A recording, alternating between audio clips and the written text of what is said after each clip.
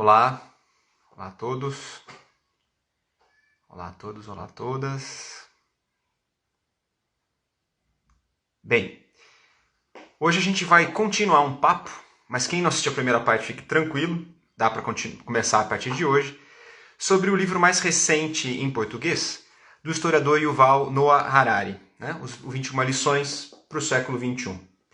Como eu comentei da outra vez, vou fazer uma pequena recapitulação para quem não conseguiu assistir a primeira parte e não se sentir tão deixado de lado. Ele lançou 3 livros em português. Começou com esse, o Sapiens, que é uma história do passado da humanidade, no qual ele emenda umas projeções de futuro no Homo Deus, e aí, finalmente, ele vai discutir o presente, grandes questões da atualidade, nesse livro aqui, o 21 lições. O que nós já discutimos e que vale a pena retomar um pouquinho? Eu já comentei na terça-feira, mas não tem problema, vou retomando. A ideia de liberdade na era do fluxo de dados constante. Somos realmente livres numa época de redes sociais, em que você fornece todos os seus dados, todas as informações sobre você em redes sociais, e elas de alguma forma vão criando o que se chama de bolhas epistêmicas, ou seja, bolhas de coisas que você gosta, de pessoas que você gosta. Você põe para dormir pessoas que você não gosta ou mesmo deleta, e com isso a gente vai se fechando cada vez mais em pequenos mundos. Isso tem implicações políticas que a gente já discutiu e vai voltar a discutir hoje. Em outras palavras, a noção de rede é uma coisa, a noção de comunidade é outra. E o Harari vai dizer que a gente tem que apostar na noção de comunidade, ou seja, de algo fora das redes novamente.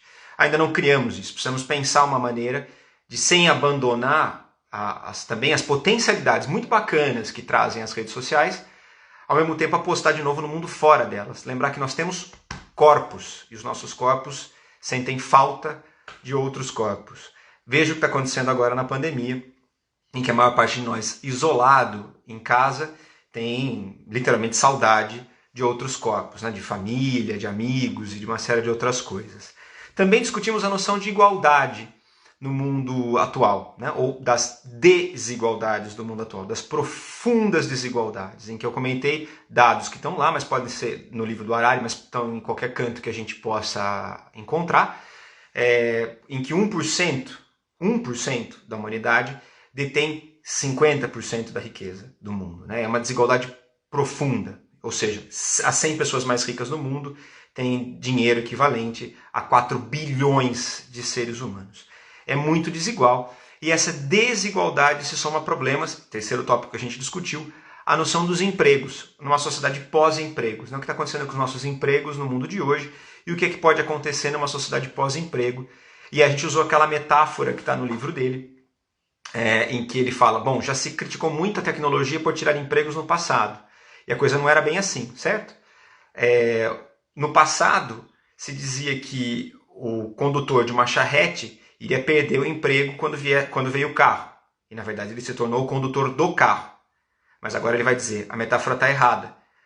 Nós somos o cavalo. Nós é que estamos nos tornando obsoletos. Os algoritmos têm criado, potencialmente vão criar carros que se movimentam sozinhos, roupas que vão informar sobre sua saúde, enfim, nanorobôs dentro do nosso corpo cuidando da nossa saúde o tempo todo, numa internet que liga tudo e todos num enorme fluxo de dados. E aí você vai estar informando coisas sobre você mesmo, sobre sua saúde, 24 horas por dia, para grandes algoritmos que vão pensar nossa saúde, nosso bem-estar e outras coisas. Veja, mas isso para quem tem capacidade de dinheiro para investir nisso. A maior parte de nós, se não tiver nenhum tipo de renda, vai ter isso como? É a grande questão que ele põe. Também discutimos a ideia do nacionalismo. O que significa o nacionalismo nos dias de hoje, em que o mundo vai se tornando... Isso é uma coisa muito do Harari. Quem já leu os livros dele percebe que ele tem uma tendência à unificação. Então, para ele, as sociedades eram sociedades muito dispersas que vão se unificando, vão se tornando uma só ao longo do tempo. Então nós nos tornamos uma grande aldeia global hoje em dia, uma grande civilização, como diz ele, mas essa civilização, de novo, é cindida, é totalmente, como eu poderia explicar isso, unificada de um lado e cindida pela religião e pela pelo nacionalismo, ou seja, nós ainda nos entendemos muito mais como brasileiros, aqui do lado, argentinos, americanos ou de vários países da Europa, do que como cidadãos de um único planeta, né? Então, o mundo pode ser um só, globalizado, mas a gente ainda é pautado pelo nacionalismo. O nacionalismo é bacana, não tem problema nenhum.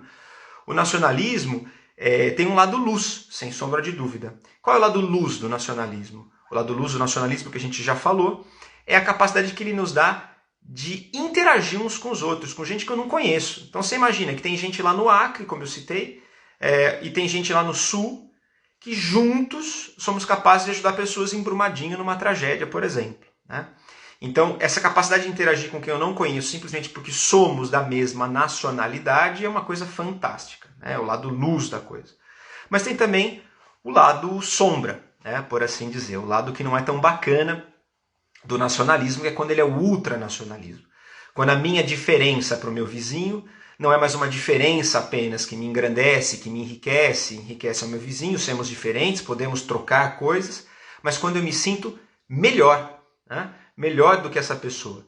E aí, ao ser melhor, eu posso ter uma atitude mais mesquinha em relação ao vizinho, e aí a gente vai ver hoje como é que tem isso implicações gravíssimas, por exemplo, na questão da migração, né? E aí ele vai dizer que ele aposta sempre em soluções que são globais para problemas globais, né? E quanto mais a gente apostar em soluções regionais e nacionais, é claro, elas precisam existir, mas para problemas que são globais, a gente vai estar apostando errado na opinião dele. Acabou que não deu tempo de eu discutir isso com vocês, mas começo hoje falando disso. Com quem que ele está debatendo sem deixar claro?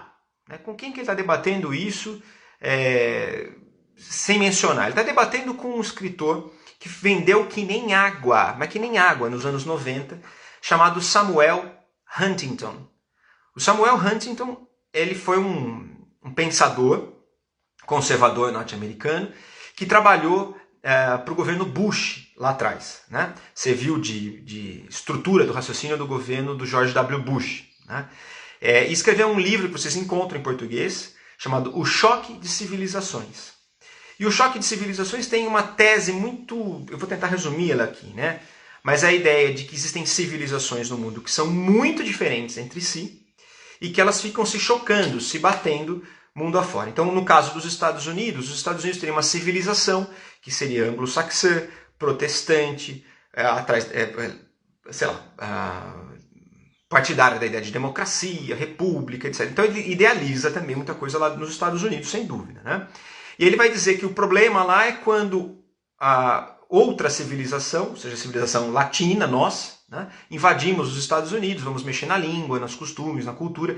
De alguma forma essa cultura original meio que vai decaindo, né? Repare, uma visão racista do que são as trocas culturais. Eu já vou falar mais de imigração e vou deixar isso claro. Então, o que o Harari está dizendo, e eu acho que ele tem toda a razão. Nós não somos mera biologia, né? Nós não somos apenas um povo que partilha coisas juntos como se isso fosse natural, né?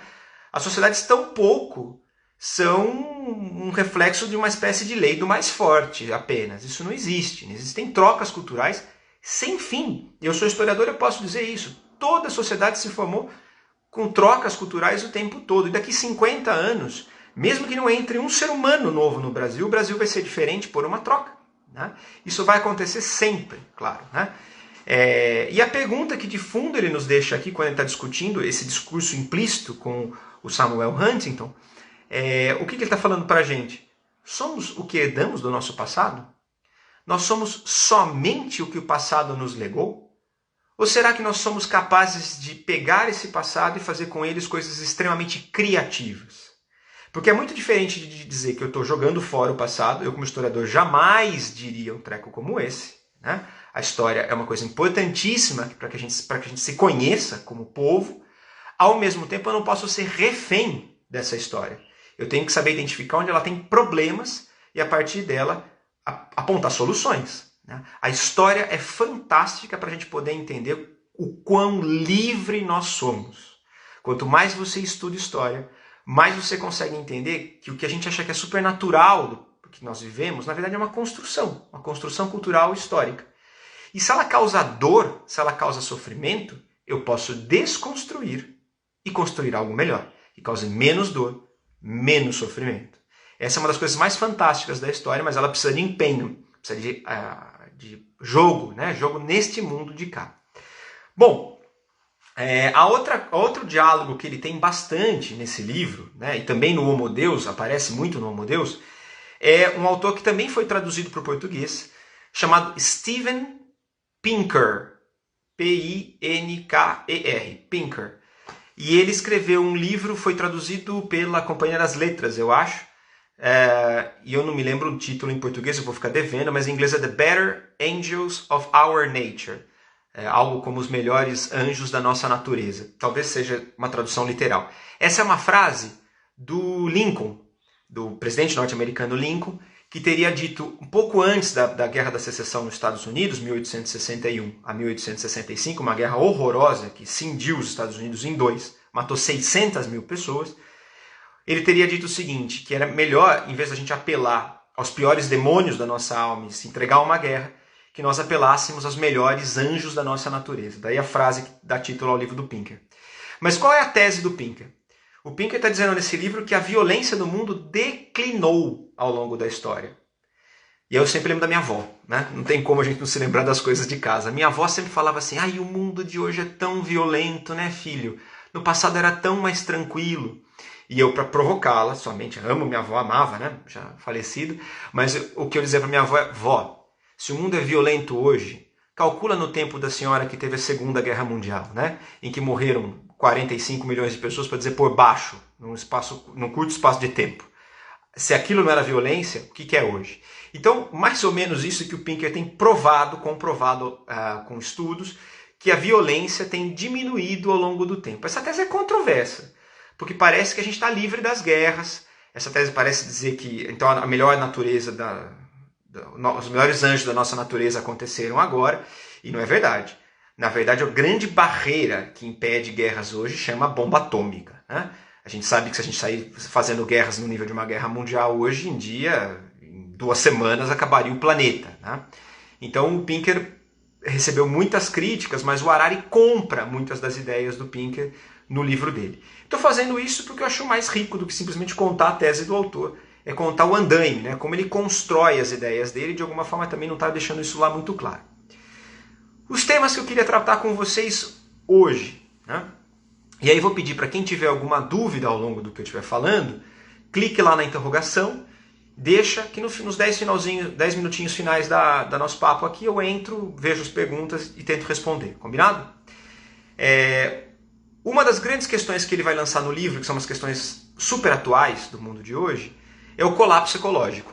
O quanto o mundo, hoje em dia, está passando por uma marca humana incrível. Ele já falou disso no Sapiens, ele já falou disso no Homo Deus, agora ele está querendo pensar soluções. Vamos pensar um pouquinho juntos o que ele já falou sobre o assunto. Primeiro ele vai dizer que nós somos os maiores serial killers que o mundo já conheceu. E aí ele vai dar alguns dados. Lá no Sapiens ele fala bastante disso, que, por exemplo, mesmo na pré-história, nós fomos responsáveis por dizimar milhares de espécies no mundo. Então é curioso quando você olha as camadas de arqueologia e percebe que o ser humano chegou na América e pouco tempo depois que ele chegou na América, questão de centenas, poucos milhares de anos, várias espécies da chamada megafauna que havia na América simplesmente se extinguiram. Então não é uma mera coincidência, porque isso também ocorre quando você percebe a marca humana chegando na Oceania. Pouco tempo depois, muita da fauna e da flora original simplesmente deixam de existir. Então ele vai falar que, por exemplo, nós matamos quase 2/3 dos grandes mamíferos da América depois que a gente chega para cá. Isso eu estou falando de milhares de anos atrás, né? E quando morre um grande mamífero, morre toda uma série de outros animais e outros seres vivos. Por exemplo, a pulga que se alimentava do mamute, que por sua vez era comida por não sei o que lá. Então você desregula todo um ecossistema por conta da nossa pegada. Depois da Revolução Industrial, isso se torna brutal, né? A gente cada vez mais mexe na temperatura do mundo. Nós estamos homogeneizando o mundo cada vez mais. O mundo era muito mais diverso, as pessoas comiam coisas muito diferentes locais. Hoje em dia você come basicamente as mesmas coisas no mundo todo, né? Você é capaz de viajar o mundo inteiro comendo em grandes redes de fast food que existem no planeta todo. Esse tipo de homogeneização é ruim, né? A variabilidade genética é muito boa para qualquer espécie, não é isso? Quem entende um pouquinho de biologia sabe do que eu estou falando.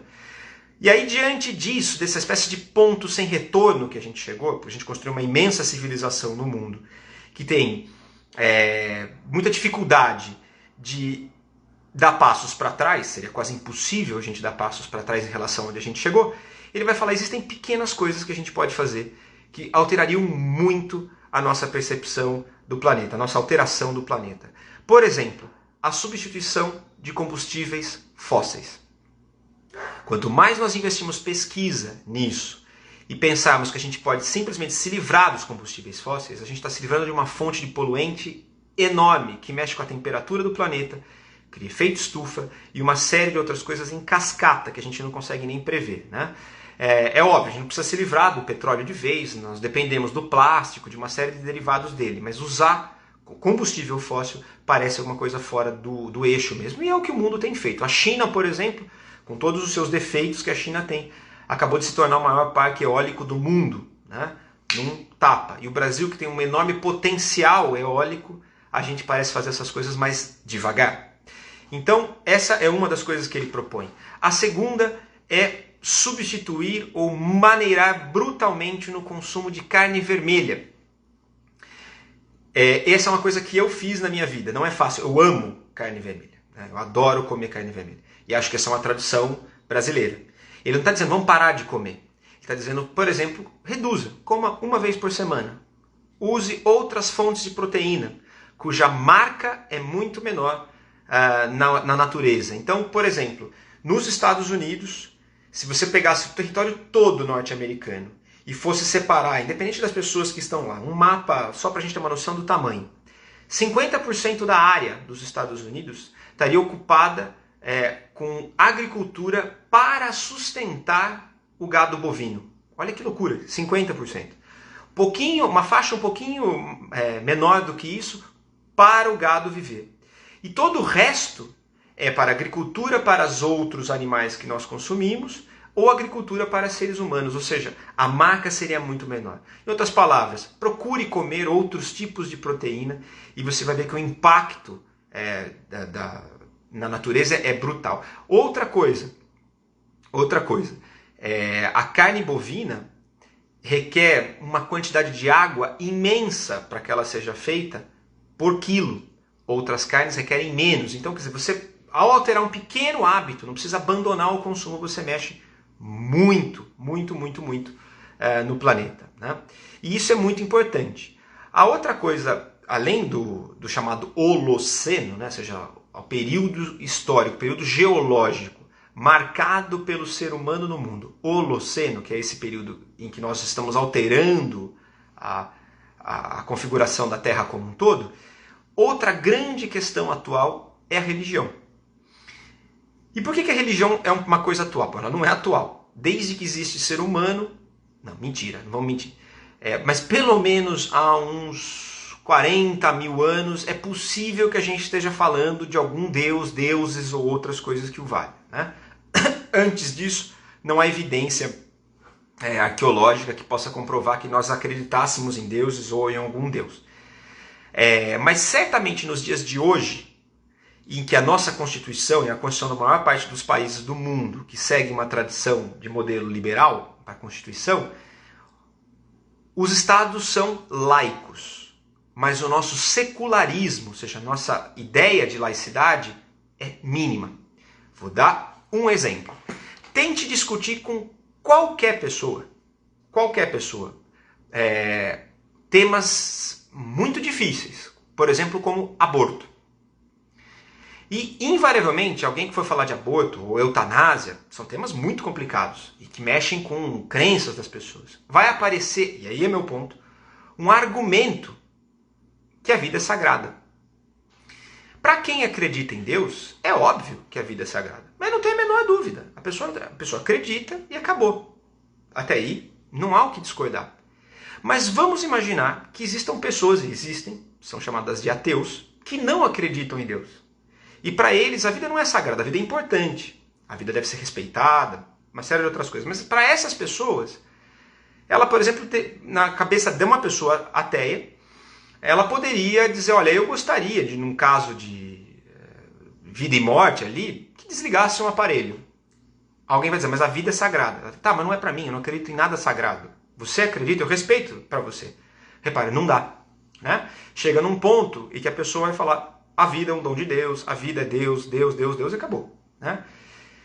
Aquilo é fechado. Então o mundo não é secular. A Constituição diz que o país é laico, mas o mundo não é laico, secularizado. As duas coisas existem, repare. Esse é o limite. Não adianta eu querer tapar o sol com a peneira, as coisas são assim. Só que existem 3 problemas que o Harari vai chamar de técnicos, né, da religião. A religião começou lá atrás, as pessoas invocavam religião basicamente quando tinham 3 problemas. Eu estou pensando na antiguidade junto com o Harari. Né? O primeiro era a partir de problemas técnicos, tecnológicos, ou seja, eu precisava que chovesse, eram sociedades agrícolas e estavam passando por grandes secas, você invocava aos deuses, sacrificava animais, enfim, rezava, fazia alguma coisa, para que Deus, ou os deuses, repare, os deuses da chuva, ou qualquer coisa, que mandassem água para o mundo. Né? E as pessoas acreditavam nisso. Segundo, invocação de deuses na antiguidade, problemas políticos. Né?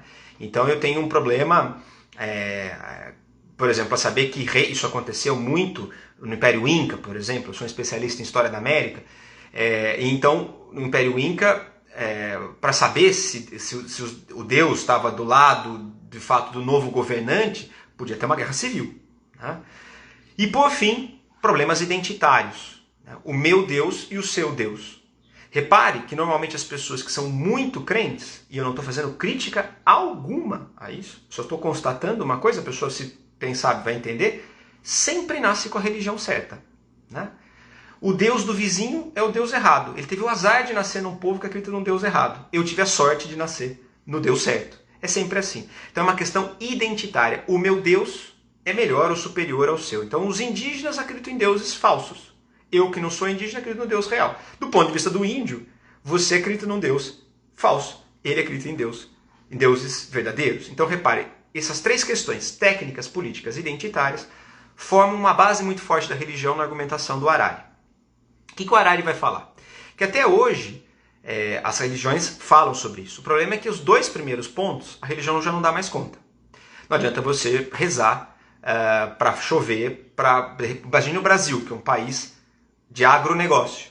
Não dá para um capitão, o cara pode até ser católico, protestante, né, evangélico, o que ele quiser, mas o cara lá, o fazendeiro, ele precisa também de estudos de meteorologia, ele precisa entender quando é que a chuva vem, não vai ficar rezando. Repara, a gente não faz mais isso. Né? Você pode até falar assim, nossa Deus, podia chover, me ajuda aí.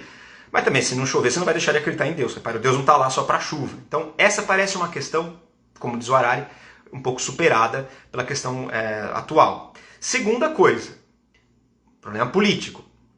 E aí, os problemas políticos também parecem terem sido superados do ponto de vista religioso. Né? Agora, os identitários, não. E aí, se vocês me permitirem, eu vou ler um pedacinho, um trechinho, né? Em que ele diz isso com as palavras dele. Eu estou na página 165 do livro que eu estou comentando com vocês, o 21 lições para o século XXI. Né? Ele vai dizer o seguinte, precisamos distinguir esses 3 tipos de problemas, diz. Os problemas técnicos, por exemplo, como agricultores em países áridos, lidarão com secas severas causadas pelo aquecimento global? Repare, dificilmente vai ser apelando, ou tão somente apelando para deuses, como já foi no passado. 2. Problemas políticos. Por exemplo, quais as primeiras medidas que os governos deveriam adotar para impedir o aquecimento global? Não é Deus quem vai decidir isso, são os governos. Né? Claro, repare, de novo, se você é religioso, vai dizer, mas Deus está ajudando, Deus está mandando sinais, não tem a menor dúvida. Ok, mas o meu ponto não é Deus diretamente, você não vai esperar que Deus apareça e arbitre o negócio. Ninguém mais pensa em Deus assim, ou raramente existem pessoas que pensam assim. Agora, os problemas identitários. Por exemplo, deveria eu me preocupar com os problemas de agricultores no outro lado do mundo? Ou só devo me preocupar com problemas de pessoas da minha própria tribo e do meu próprio país? E aí ele vai dizer que esses problemas identitários da religião continuam sendo muito fortes e muito problemáticos nos dias de hoje. E ele tem razão. Em outras palavras, será que alguém que acredita muito num determinado Deus, não estou dizendo o seu Deus, num Deus, rezaria pelo bem de alguém que acredita num Deus oposto? Talvez sim, talvez não. Mas as religiões, na questão identitária, tendem a separar as pessoas e não congregar as pessoas. A ideia da religião, religar, religio, religare, em latim, religar as coisas, religar um ao outro, religar com Deus, não tem a menor dúvida. Né? Agora, a prática religiosa das pessoas faz isso. E aí mais, quando eu junto religião com nacionalismo, o pior do nacionalismo e o pior da religião, não o seu lado luz, porque a religião tem coisas maravilhosas. As práticas religiosas, por exemplo, de líderes muito lúcidos, de ajuda um ao outro, de querer bem o próximo, essa ideia do querer bem o próximo, do amai-vos uns aos outros, que tem basicamente todas as religiões do mundo, é o lado maravilhoso das religiões. Mas e o lado que não é? O Harari faz uma distinção bem interessante, né? Que acho que vale a pena a gente pensar. E eu tendo a concordar com ele nesse ponto. De novo, não sou eu falando, é ele, mas eu tendo a concordar. Existem duas maneiras de ver Deus. Um Deus que é invisível, difícil, né? Então, assim, acontece alguma coisa no mundo, por exemplo, o coronavírus. Mistério de Deus. A gente não sabe por que ele pôs isso aqui no mundo. Ele é insondável, inefável, intocável. Né? Então, a Deus tudo pertence, eu nunca sei nada de Deus. Por outro lado, existe um Deus legislador. Um Deus eu não sei nada, mas ao mesmo tempo esse Deus é capaz, na boca de um líder religioso, dizer que roupa você deve usar, que roupa e que comida você deve comer ou não comer. Então é um Deus legislador. Né? Curiosamente, é um Deus que eu não sei quais os desígnios sobre o coronavírus, mas eu sei exatamente o que ele pensa sobre homossexualidade, por exemplo. É curioso como a gente escolhe o que quer saber desse Deus e o que não quer saber desse Deus. Só que esse lado sombra que eu estou falando, esse lado difícil, esse lado que julga mais do que aceita dos deuses, quando ele se junta ao lado nacionalista, quando se junta a nação, no lado ruim, com esse lado ruim da religião, eu tenho uma fusão poderosa de coisas que machucam pessoas, de coisas que causam problemas no mundo hoje. Por exemplo, brigas entre católicos e protestantes, brigas entre muçulmanos e não muçulmanos. E esse tipo de coisa, em nome de religião, é terrível. Né? Então reparem, tem gente que está ofendida com o que eu estou falando aqui. Mas se eu estivesse falando de muçulmanos, muçulmanos explodindo bombas por ali, por lá, por cá, em nome da religião, talvez vocês estivessem dizendo assim, é verdade, né? Eles são bastante nervosos em relação à religião. Mas é difícil a gente olhar para o próprio umbigo. Né? Tem gente que está julgando o que eu estou falando aqui a partir de um ponto de vista de se achar melhor do que eu, porque tem uma espécie de Deus que diz isso. Isso é curioso, é muito curioso, mas é um efeito ruim, negativo da religião. Sugiro fortemente ler o Sermão da Montanha dito por Jesus. Seguir o Sermão da Montanha de Jesus é dificílimo, mas é um dos textos mais lindos já escritos que eu conheço. Né? E aí entender o que é um certo farisaísmo. Isso é muito bacana de entender. Reparem, quando eu tenho migração como um problema forte ligado a nacionalismo e questões religiosas, eu tenho identidade no meio de tudo isso. Identidade é aquilo que faz com que eu me sinta próximo a você. Idem, né? Daí onde vem a palavra identidade, significa o mesmo. Né? Então aquilo que nos torna o mesmos é um dos grandes problemas de hoje em dia. Então migração é um dos grandes temas de hoje em dia, derivado de tudo isso que a gente vem discutindo. Reparem, por exemplo, na Europa é um dos grandes problemas. Onde é que eu vou botar aquele monte de gente que está vindo da Síria, do norte da África, de países que passam fome, tem guerra, né? Então tem gente que proíbe. Os Estados Unidos construindo muros para evitar migrações que vêm da América Central. O Brasil discutindo se deve aceitar o quanto deve aceitar, por exemplo, de venezuelanos ou de outros países. Então uma das grandes questões do mundo é a migração. E aí você tem bons argumentos do chamado polo anti-imigração. As pessoas vão dizer, não dá, né? Então tem questões econômicas, como é que funciona, etc. Então são bons argumentos, a gente tem que aceitar. E tem o pró-imigração. Né? O pró-imigração é fácil de entender. Nenhum de nós, eu não sei quem são vocês, mas pensa aí, nenhum de nós está nesse país há mais do que 3 ou 4 gerações. Nenhum. Né? Todos nós estamos aqui há no máximo 3 gerações. Então nós também somos filhos de imigrantes. Meu nome, Fernandes, é de espanhóis, né? Que chegaram ontem. A geração do meu avô veio na barriga da minha bisavó, que era espanhola. Da família da minha mãe, a migração é um pouquinho anterior, mas também não foge de outras 2 gerações antes disso. Então, nós estamos aqui há pouquíssimo tempo e hoje somos brasileiros. Eu falo português, me sinto brasileiro, gosto de viver no meu país, não tenho a menor dúvida, apesar de todos os pesares que a gente possa ter. Então, é curioso como o migrante que chega na quinta-feira reclama do que vem na quarta-feira, que ele é que é o problema. O que veio na quarta-feira reclama do que... Entendeu? É sempre assim. Nós chegamos todos num dia e amanhã vem outros, e os que vêm amanhã é que parecem ser o problema. Qual a solução que o Harari aponta para tantos problemas assim, né? Para tantas questões atuais? Então ele vai dizer que talvez na questão migratória nós devêssemos discutir a coisa em 3 termos e depois fazer uma avaliação. Que 3 termos são esses que ele sugere? O primeiro é que os países anfitriões, os países que vão receber migrantes, deveriam permitir a entrada deles com números exatos. Então eu tenho capacidade de receber 5.000 pessoas, 20.000 pessoas, 100.000 pessoas, 1.000 pessoas, 500, enfim. Um estudo sério de quanto nós somos capazes de absorver em quanto tempo e o que nós faríamos com esses migrantes. Não dá para largar tudo numa cidadezinha pequenininha que não tem estrutura, eu tenho que distribuir essas pessoas em centros que estão procurando gente com emprego, porque vem médico, vem gente para trabalhar em construção civil, tudo quanto é. Então, estudos sérios deveriam ser feitos. Isso evitaria que os migrantes viessem por debaixo do pano, que é onde é uma coisa perigosa, né? Então, por exemplo, uma das imagens que mais me marcou no ano passado, não sei se vocês vão se lembrar, é do pai, chamado Oscar, e da filha, chamada Angie. Ela não tinha 2 anos, o Oscar tinha 23 anos, eles eram os 2 de El Salvador, e ele tentou cruzar a fronteira do México com os Estados Unidos, cruzando o rio, que é terrível, né? Tem uma corredeira horrorosa, e ele levou primeiro a filha de 2 anos, colocou a filha em Seisalva do outro lado da margem e deixou a menina lá. Voltou para buscar a esposa. Quando ele estava, não lembro se indo pegar a esposa ou voltando, a menina se desesperou e se jogou na água. Ele voltou para pegar a filha. A esposa perdeu os 2 de vista. Não sei se vocês se lembram disso. E o corpo dos 2 foi encontrado no dia seguinte e ele tinha conseguido pegar a filha, enfiou dentro da camisa, olha o desespero. Mas os 2 estavam mortos com a cabeça para baixo. Assim, falar nisso me emociona até hoje. Eu tenho 2 filhas pequenas. Não tem como, né? Um pai desesperado pela filha. E eu fico pensando nos meus bisavós que vieram para cá, no fundo, desesperados com os filhos. Desesperados com os filhos. Ninguém migra porque quer. Esse é o ponto, né? Então, se eu vou para um país que abertamente disse, tenho condição de te acolher, repare, isso é feito de maneira justa, de maneira correta, e evitaria mortes desnecessárias, né?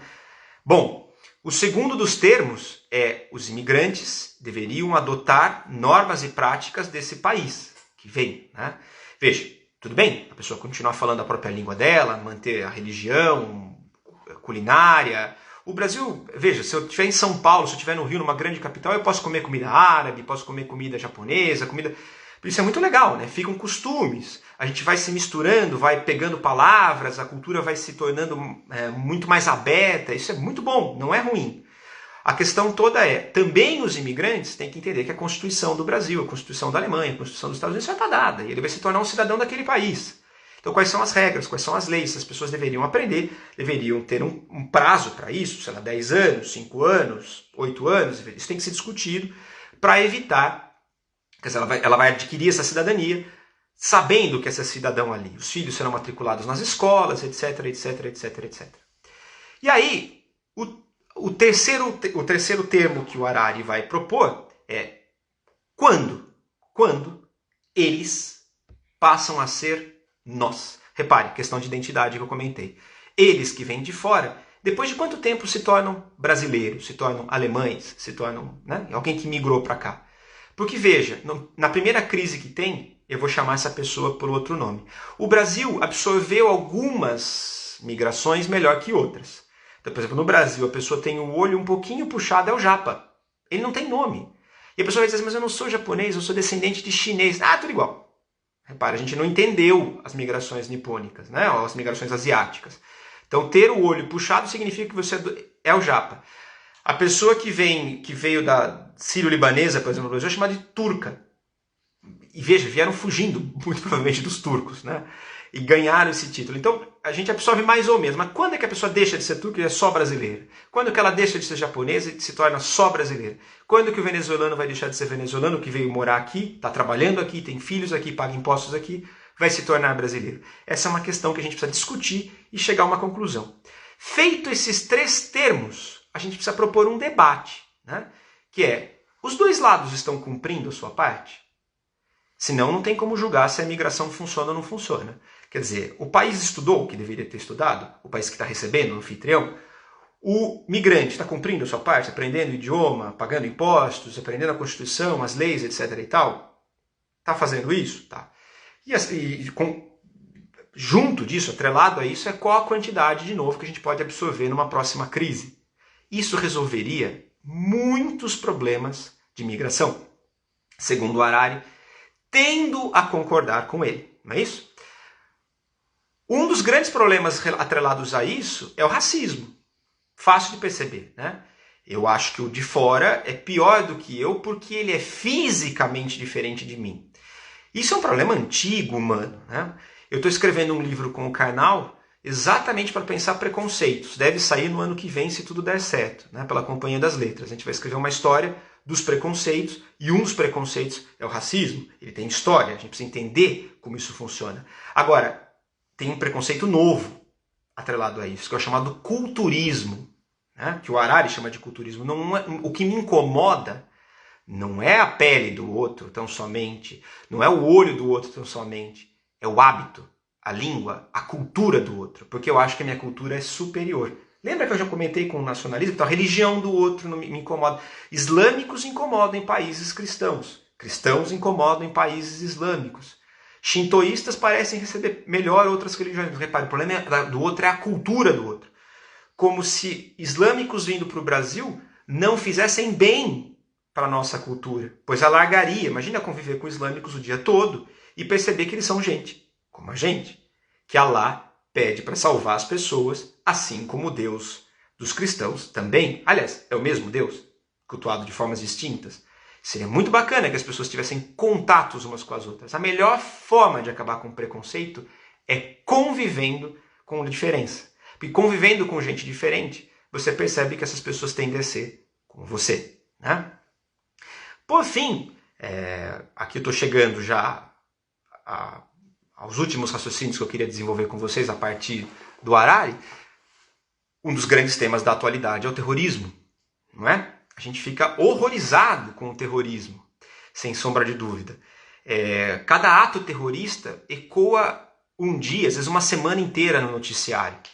E o que é o terrorismo segundo o Harari? No livro que eu estou falando desde o início da nossa aula aqui, da nossa live, 21 lições para o século XXI. O terrorismo é um ato desesperado. É um grupo cuja identidade se sente tão superior à de outros que ele se sente no direito de exterminar o diferente. Então veja, um grupo como o Estado Islâmico, né, para falar de um grande grupo terrorista atual, acredita que a sua visão distorcida, deturpada, equivocada do islamismo, porque, insisto, o islamismo é uma religião de paz, 99,9% dos islâmicos são absolutamente pacíficos. Esse grupo vai pegar uma visão deturpada da religião e matar pessoas, inclusive islâmicos, que pensam diferente de si para ocupar um território que eles acham que a ele pertence. Então é uma atitude de desespero e absolutamente preconceituosa, problemática, né, que tem a ver com tudo que a gente tem discutido hoje. Vamos lá. Um grupo como esse estoura uma homem-bomba numa cidade qualquer do Ocidente. Horrível. Morrem 25 pessoas, ficam feridas outras 50. Um negócio horroroso. Aí os jornais vão passar isso o dia inteiro na televisão. Vão passar a semana inteira na televisão. O Harari vai dizer o seguinte, é justamente o que os terroristas querem. Repare, eles são poucos, mataram 25 pessoas, é horrível. Mas essa notícia ser propagada uma semana inteira, as pessoas ficam aterrorizadas em casa e eles ganham. O terrorismo ganha justamente porque apregou ao terror. Mas se eu pensar friamente, eles, em termos globais, não é nada, não é nada. Morre muito mais gente hoje por coronavírus. Morre muito mais gente por problemas relacionados à diabetes. Morre muito mais gente do coração, batendo o carro, qualquer outra coisa, do que por terrorismo em qualquer ano do mundo. Em qualquer lugar do mundo. Não vamos minorar o problema. Há que se solucionar. Mas a solução é inteligência. A solução é apostar em desmontar células terroristas, em desmontar redes sociais, porque essas pessoas usam redes sociais de terrorismo, interceptar fluxos de armas, eventualmente ações militares, julgar terroristas de maneira exemplar para estabelecer o exemplo para o resto do mundo. Por outro lado, do ponto de vista do telejornalismo, do jornalismo, das redes sociais, nós deveríamos nos aterrorizar menos. Nós deveríamos ter mais coragem diante do terrorismo. Né? Essa é a opinião do Harari. E aí, vamos entrar no último dos tópicos, menos político, menos político nada, super político igual, menti, mas político de outro jeito. Né? A ideia do que significa verdade no mundo de hoje. O mundo de hoje é impressionante, impressionante. Por exemplo, uma vez me perguntaram, historiador sempre pergunta essas coisas, né? É verdade, professor, que se acreditava antigamente que a Terra era plana? Que essa é uma crença antiga? Não, mentira. Né? Desde a Grécia Antiga, talvez antes, já se sabia que a Terra era uma esfera. Os gregos tinham calculado, inclusive, o tamanho dessa esfera, por uma coisa muito simples, chamada trigonometria. Né? Calculo um ponto no céu, um ponto no horizonte, um ponto na Terra, eu tenho um triângulo, a soma dos quadrados dos catetos é igual ao quadrado da hipotenusa, eu calculo metade da esfera da Terra, depois eu faço isso vezes 2, pimba. Né? Já se sabia. Uma outra pessoa na Idade Média questionou que tipo de esfericidade a Terra tinha. Né? Então, por exemplo, o bravo Colombo, que descobriu a América, acreditava que a Terra era uma esfera que tinha uma pontinha. Uma espécie, ele dizia que parecia um seio feminino, né? Ou uma laranja, uma mexerica, aliás. Né? Então, que é redondinho e tem uma pontinha, como se fosse um mamilo. Para ele, nessa pontinha, a arca do Noé estaria parada ali em cima. Né? Ali era o Monte Ararat e na cabeça dele esse monte estaria na América. Então, repare, tem uma viagem do Colombo, claro, uma ideia muito maluca do Colombo, mas ao mesmo tempo não deixa de ser uma esfera. Então as pessoas nunca acreditaram nisso. Quando que elas passaram a acreditar que a Terra é uma esfera? Hoje.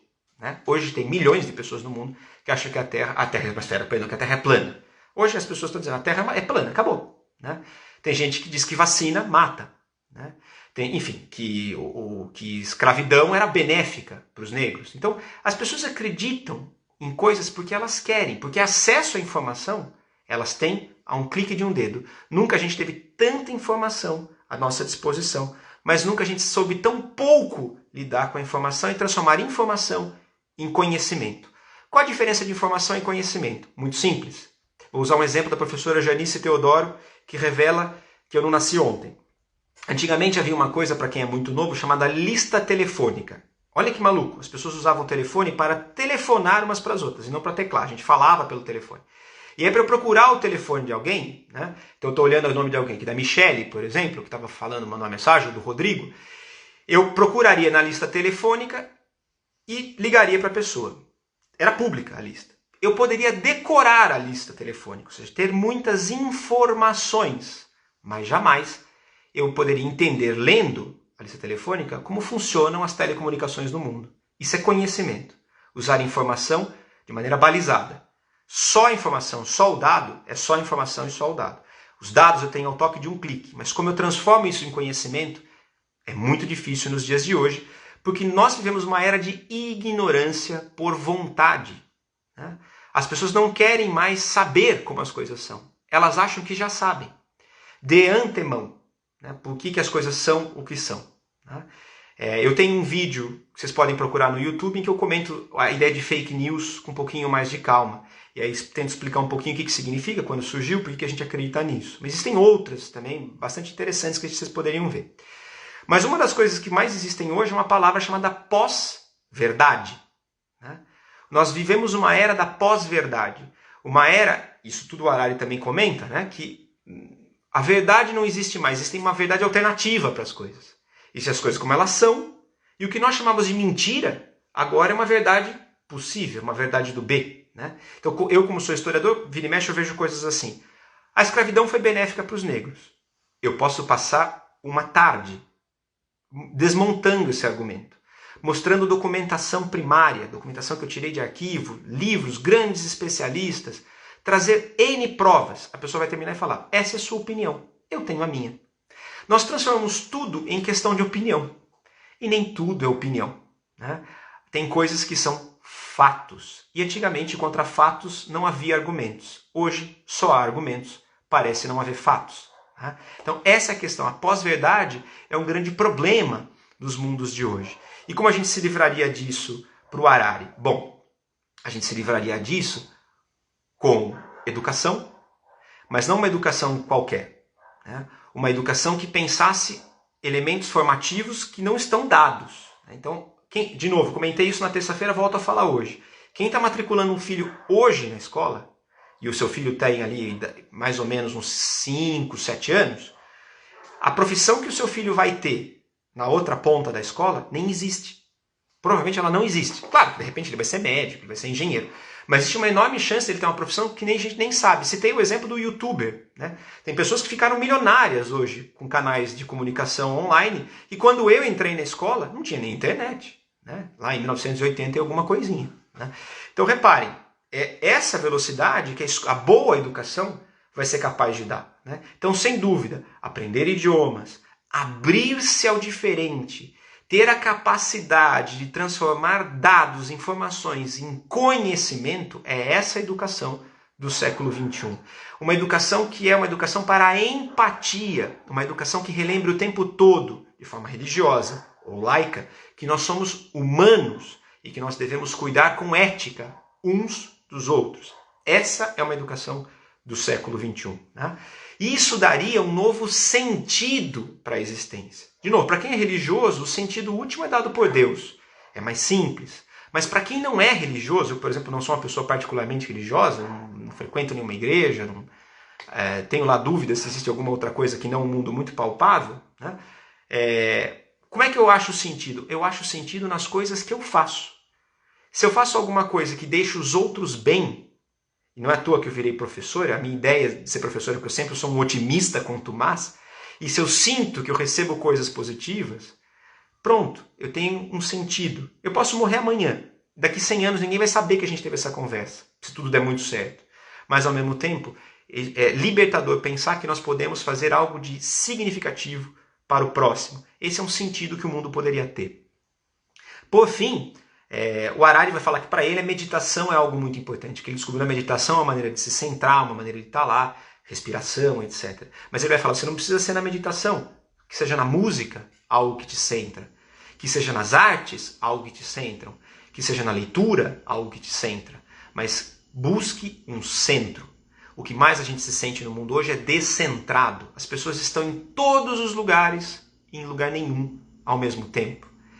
Cansei de dar aula para pessoas, cansei de estar em almoços ou jantares com pessoas que não largam do celular, não olham no olho umas das outras. Então a pessoa está no lugar e não está. A grande questão é volte a estar no lugar. Lembre-se que nós somos humanos e que a cabeça descansa quando eu abaixo o bendito do celular. Use o celular para trabalhar, para estudar, para se divertir, claro, para ler, por que não, para ver arte, mas lembre-se, você precisa de um centro, seja na meditação ou em qualquer outra coisa. Né? Citando, ou mal citando aqui, porque eu vou pegar só um pedacinho da citação do Nietzsche, que é um filósofo do século XIX, a gente não dá conta do mundo sem arte. Né? A arte dá sentido a alguma coisa. E por fim, a última coisa que eu queria dizer para vocês é que de tudo o que o Harari fala, e de tudo que eu acho que a gente pode aprender com as humanidades, um dos maiores sensos que a gente deveria aprender é a chamada humildade. Né? De novo, parece um discurso religioso. A religião é inteligente, né? A religião sabe falar as coisas. A religião fala com frequência, a boa religião fala com frequência de temas que são importantes à formação humana. Não tenho a menor dúvida. Mas a filosofia também o faz. Né? Então o que significa a humildade? Por que é importante a gente ser humilde? Porque eu não me levo tão a sério. né?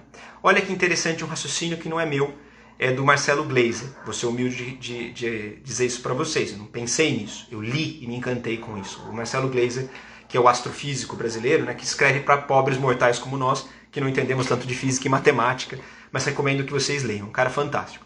E ele vai dizer o seguinte, veja, olha o tamanho do universo. O universo não tem fim do ponto de vista físico, né? Nós vivemos num planeta que parece um grão de areia no meio de um deserto do Saara. É gigantesco. Nós duramos no máximo 100 anos. Daqui 100 anos ninguém sabe nem que você existiu. Então, do ponto de vista do tempo, olha o quanto a gente não é nada. Do ponto de vista da existência física, olha o tamanho do universo e olha o tamanho dos meus problemas. Olha o tamanho do que eu acho que está certo e o que está errado. Ao mesmo tempo que ele diz isso, dá um senso de que a gente é pequenininho, passageiro, portanto não sou tão importante assim. Também dá um senso que é o contrário. Desse universo inteiro, nós somos o único canto que a ciência sabe até hoje que tem vida. E uma vida que pensa. Então olha que interessante, se nós somos uma poeirinha, não tenha vergonha poeirinha. Também tem orgulho de ser uma poeira que pensa, né? Mas lembre-se sempre, você pensa, a pessoa do seu lado pensa, a pessoa com quem você está conversando e interagindo agora também, né? E às vezes eu posso estar errado, né? Então essa ideia de humildade poderia reformar o planeta, sem sombra de dúvida. Gente, com isso eu estou encerrando uma pequena passagem, uma pequena live com vocês sobre um livro muito mais rico, chamado 21 lições para o século XXI, do historiador israelense Yuval Harari, né? De novo, se vocês quiserem conhecer um pouquinho mais do trabalho dele, consultem esses 3 livros que eu já comentei, tem muita coisa online também. E quem quiser conhecer um pouquinho mais do meu trabalho, dá uma olhada no YouTube. Meu nome é Luiz Estevam de Oliveira Fernandes. Eu tenho lá alguns vídeos em que eu explico algumas coisas e também estou fazendo uma série de entrevistas com especialistas das mais diferentes áreas sobre o efeito da pandemia nos nossos dias atuais. Estou falando com economistas, jornalistas, lideranças indígenas, falei com médicos, microbiologistas, filósofos, historiadores, e aí vale a pena você dar uma batida de olho lá, porque é uma conversa com quem entende do assunto, né? Vou abrir para perguntas, se alguém tiver. A gente ainda tem um tempinho, e de repente alguém tem alguma pergunta. Bom, ninguém fez nenhuma pergunta, logo fico aqui, me despeço de vocês com um forte abraço e a gente se encontra na próxima. Muito obrigado.